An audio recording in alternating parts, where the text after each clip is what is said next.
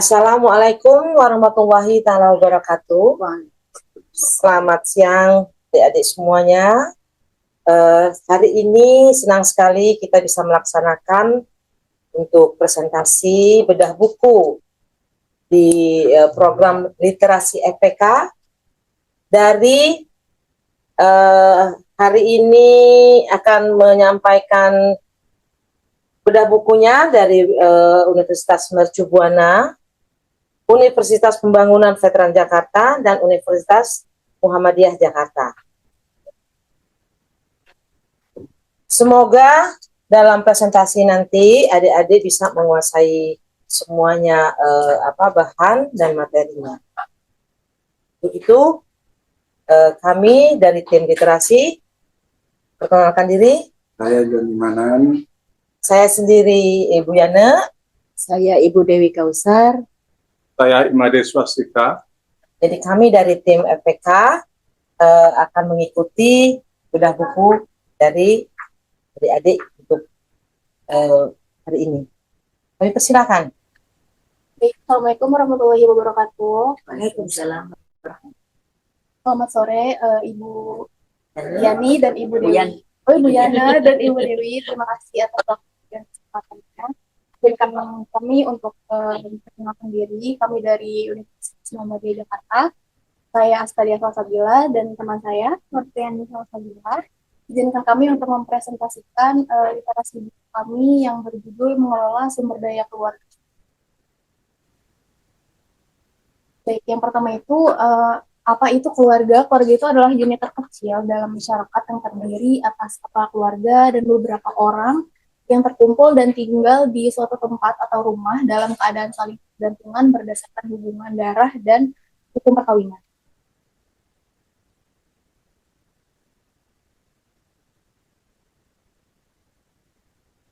Selanjutnya ada fungsi keluarga. Yang pertama ada keagamaan, yaitu memperkenalkan dan mengajarkan kepercayaan dalam kehidupan beragama. Yang kedua itu ada cinta kasih, yaitu saling memberikan perhatian dan kasih sayang. Yang ketiga ada perlindungan, yaitu memberikan perlindungan bagi anggota keluarga agar merasa aman dan nyaman. Yang keempat ada pendidikan, yaitu mendidik anak sesuai dengan tingkat perkembangannya. Yang kelima itu ada ekonomi, yaitu memenuhi kebutuhan dan meningkatkan kesejahteraan keluarga.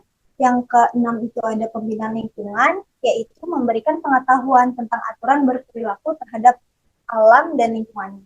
Yang ketujuh ada sosial budaya, yaitu membentuk anak untuk mengerti aturan sosial dan norma-norma yang berlaku di masyarakat.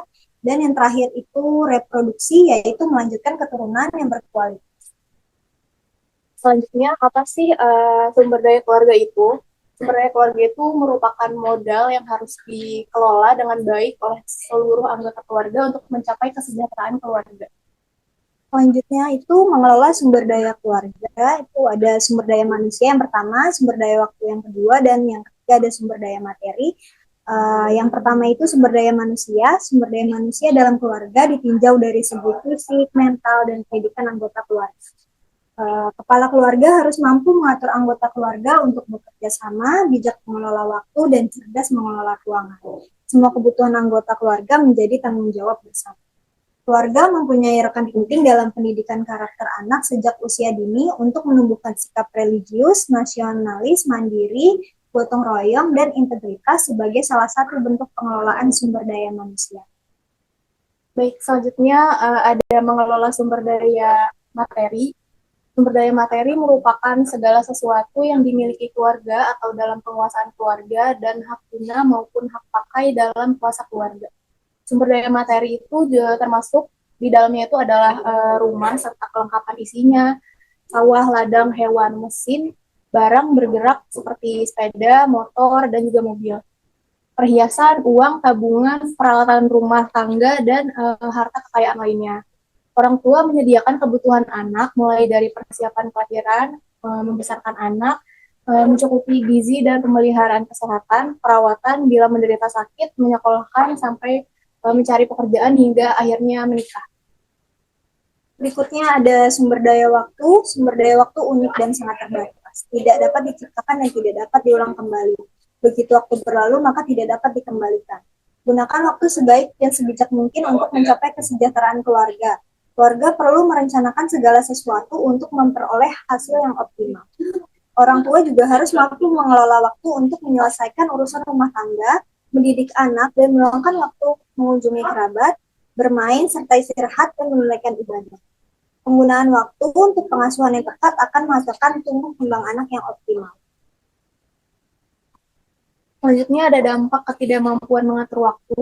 Yang pertama itu ada pekerjaan banyak yang menumpuk dan belum selesai, lalu ada perusahaan selalu terganggu atau mudah marah, lalu tidak dapat memenuhi janji dengan tepat, kegiatan tidak terkontrol dengan baik, perasaan selalu terganggu dan mudah marah, dan yang terakhir ada tidak dapat memenuhi janji dengan tepat.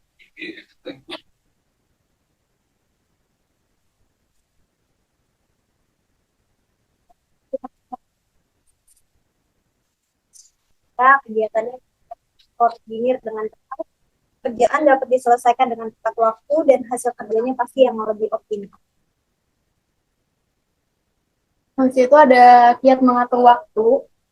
Kegiatan ini melibatkan semua anggota keluarga. Yang pertama itu menyusun rencana kegiatan keluarga, membuat jadwal kegiatan keluarga, memberi tanda di kalender setiap tanggal istimewa, membagi waktu belajar, istirahat, dan bermain bersama anak.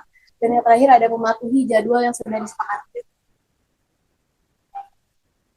Baik, sekian presentasi dari kami. Jika Ibu ada tanggapan, boleh silakan. Baik, terima kasih untuk paparan tentang bedah bukunya hari ini dengan judul mengelola sumber daya keluarga. Ini dari apa yang dipaparkan tentunya akan memberi manfaat kepada adik-adik yang membedah bukunya, ilmunya menjadi tambah, kemudian kita juga yang hari ini menyaksikan dan mengikuti paparan ini juga ilmunya pastinya. Dari apa yang dipaparkan ini, bahwa dalam buku ini dapat menggambarkan pentingnya peran keluarga dalam mengelola keluarga itu sendiri, dan ternyata ada kiat-kiatnya ya, tidak hanya bahwa anak dibesarkan, makan, segala macam yang secara rutin. Ternyata ada kiat-kiatnya sendiri. Dengan buku ini, seolah pasti kita menambah ilmu kita untuk berkembang. Terima kasih Nak untuk paparannya, untuk bedah buku kali ini. Semoga kalian ke depan lebih sukses, lebih bisa mengembangkan, menambahkan apa yang disampaikan Ibu Yana. Memang basicnya itu tumbuh kembang anak dari keluarga. Jadi disiplin anak itu dari keluarga. Tadi disampaikan di situ terkait agama dan namanya tumbuh kembang anak. Basicnya anak disiplin, kalau sudah mempunyai basic agama, insya Allah anak akan menjadi anak yang disiplin. Dan ditetapkan di situ bahwa anak, cara mendidik anak di usia perkawinan muda mungkin bisa disampaikan bahwa anak perempuan itu tidak boleh selain ibu dan ayahnya memegang badannya, membuka bajunya, mungkin bisa disampaikan di situ. Tadi kan ada alat reproduksi segala disampaikan. Mungkin nanti bisa kembali disampaikan sosialisasi pada wilayah di RT RW bahwa bagaimana perkembangan anak itu bermula dari keluarga. Mungkin itu. Terima kasih. Semoga kalian sukses. Amin. Baik, terima kasih Ibu Yana dan Ibu Dewi atas kesempatannya. Kami Terima kasih. ucapkan terima kasih.